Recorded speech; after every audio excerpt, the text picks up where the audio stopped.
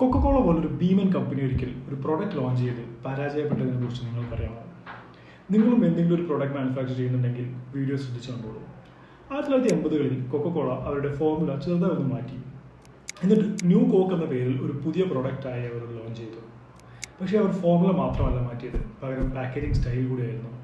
Package മാറിയതുകൊണ്ട് customers അവരുടെ പഴയ product മാർക്കറ്റിൽ നിന്ന് അപ്രത്യക്ഷമായി എന്ന് വിചാരിച്ചു. ഒട്ടും പ്രതീക്ഷിക്കാത്ത തരത്തിൽ തിരിച്ചടി സംഭവിച്ചു.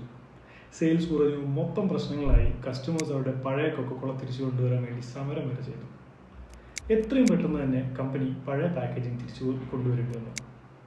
പാഠം ഇതാണ്: പലപ്പോഴും ഒരു ബ്രാൻഡിൻ്റെ കസ്റ്റമേഴ്സ് അവരുടെ പ്രൊഡക്റ്റുമായി ഒരുപാട് ഇമോഷണൽ അറ്റാച്ച്മെൻറ്റ്സ് ഉണ്ടാക്കാറുണ്ട്. അത് മനസ്സിലാക്കാതെ പ്രൊഡക്റ്റ് പാക്കേജിംഗ് ആൻഡ് മെറ്റീരിയൽ ഒറ്റയടിക്ക് അങ്ങ് ചേഞ്ച് ചെയ്താൽ ഒരു പക്ഷേ നിങ്ങളുടെ ബ്രാൻഡിനെ തന്നെ ഇല്ലാതാക്കിയേക്കാം.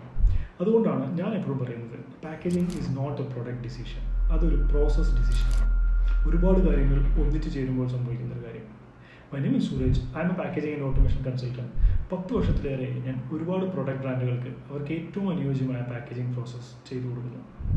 പാക്കേജിംഗ് സംബന്ധിച്ച് ഇതുപോലത്തെ ഇൻഫോർമേറ്റീവ് വീഡിയോസിനായി ഇപ്പോൾ തന്നെ ചാനൽ ഫോളോ ചെയ്യൂ. Thank you.